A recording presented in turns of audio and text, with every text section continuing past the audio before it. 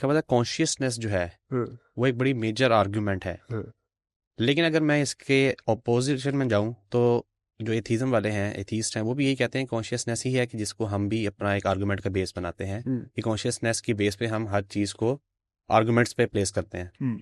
सो आपका आर्गुमेंट तो बिल्कुल क्लोज टू देम, तो how do you differentiate that?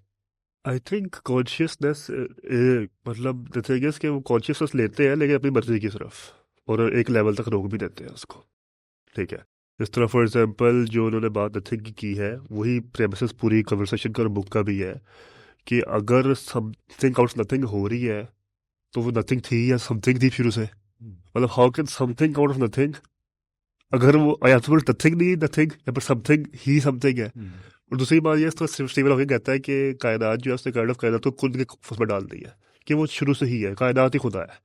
वो शुरू से थी, उसका ना कोई ख़िताब है ना कोई इब्तदा है। ठीक है।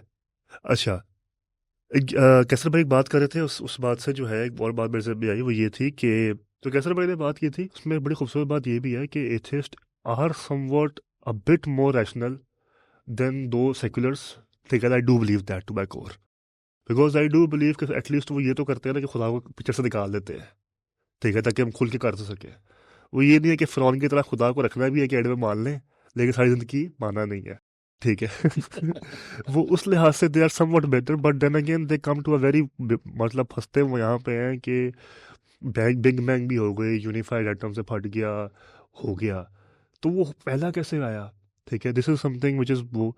And then again the question which is the most important, और जो कुरान भी हमेशा आर्ग्यूमेंट में वही देता है मुझे, तो the thing with me is that I am very certain, and one of the reasons that I even wrote that in my book, title literally heart, कि whenever addresses these, वो हम खलिकुम गैरी शयइन, कि क्या ये लोग अदम से पैदा हुए, गैरी शयइन से पैदा हुए, नथिंग से पैदा हुए, और are they their own creators, या खुद के खुद खालिक है, या एंड बल्ला यकीनून, and definitely they do not know, को खुद नहीं पता सवाल का। लिटरली कुरान ने दस पकड़ ली कि ये फंसेंगे तो सवाल फंसेंगे, कि क्या इनको इन्होंने खुद बनाया है या अदम से पैदा हुए हैं।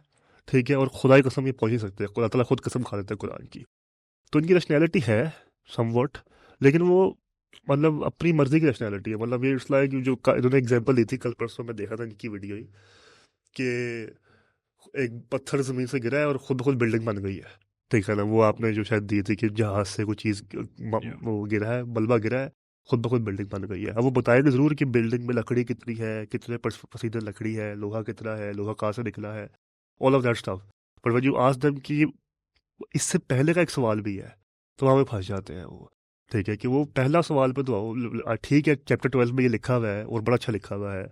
ठीक है, फिर they will tell you about all this, gymnastic करते रहेंगे, वो जिम्नास्टिक करते रहेंगे आपके साथ, हिलाते रहेंगे, वहाँ घुमाएंगे, ये घुमाएंगे, ताइशा पे ले जाएंगे आउट ऑफ नो वेयर, इधर से उधर छलांग मारेंगे, उधर उधर छलांग मारेंगे, because at the very core of it, फिर वही बात है कि बस एक वो देनी है ना, पैकेजिंग अच्छी करनी है, इंटेलेक्चुअल पैकेजिंग करनी है इस चीज़ की। मसला तो और है, मसला तो बस ये है कि दिल में एक कुछ सी भी इनसिक्योरिटी की वजह से, दर्द की वजह से खुदा को नहीं मानना दिल ने। और दूसरी चीज़ ये है कि I was reflecting upon this as well, कि मखलूक जो है ना, अड़ने पे जब आती है ना, तो वो बहुत बुरी अड़ती है। इस तरह इबलीस अड़ गया। तो अल्लाह ने तबसरा किया हाँ, इंसान के बारे में, हाँ, बड़ा जालिम और जाहिल है। बिल्कुल। इबलीस अड़ गया, इबलीस मखलूक है ना, वक्त के अंदर है इबलीस। आज की तारीख में भी वो जिंदा है, वक्त के अंदर ही है वो, वक्त से परे नहीं है, खालिक नहीं है वो, माजल्ला। ठीक है, अल्लाह ताला ने बनाया है उसको, तो एक वक्त के अंदर है वो। इबलीस आज की तारीख में अगर कह दे कि मैं जो है इस्लाम कबूल कर लेता हूँ, तो लिटरली पूरा सिस्टम अगर तबाह हो जाएगा। पूरा सिस्टम ऑफ गॉड, मोरालिटी, पूरा सारी कायनात तबाह हो जाएगी। लेकिन वो नहीं करता, क्यों? जिद में अड़ गया है। किसी को जिद में अड़ाना है अगर, कि भाई तुम एथियस्ट हो और मैं एथियस्ट हूँ, फिर तो जिद आ गई, फिर there is no end to it. फिर इवन अबू जहल भी अपने आखिरी वक्त में जो है वो मौत के सामने है, फिर भी कह रहा है कि कितनी जो है ना मेरी, मुझे कौन मार रहे हैं। तो क्या कहते हैं उसको, अब ये बात मैंने क्यों की, ये बात मैं इसलिए की कि rather than fighting them and trying to convince them कि तुम एथियस्ट हो और तुम्हें साबित करना तो गलत हो, it's more of a very empathetical position that we should take. ठीक है, यहाँ पे वी शुड टॉक अबाउट के खुदा नहीं है, ठीक है, इंसान तो है ना, उस पर दुआ हो। ठीक है, और चलो खुदा नहीं है मान लिया, अब क्या करना है ज़िंदगी में?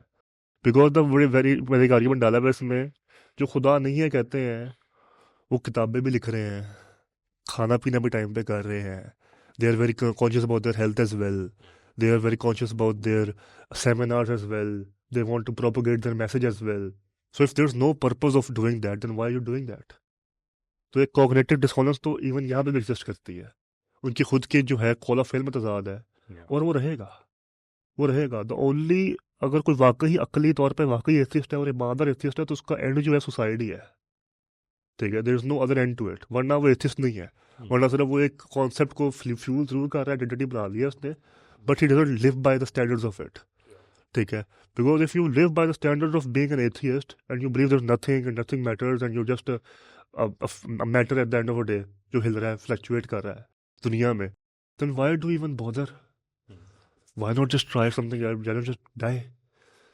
तो कॉन्शियसनेस इज द वो, मतलब कॉन्शियसनेस सिर्फ ये थोड़ी होती है कि मैं अकली तौर पे एम्पेरिकली देखूँ. ये इंसान की बहुत बड़ी, ख़ास तौर पे मॉडर्न इंसान की बहुत बड़ी ज़्यादती है जो उसने की है माशरे के साथ, कि उसने इल्म को महदूद कर दिया एम्पेरिकल से सिर्फ.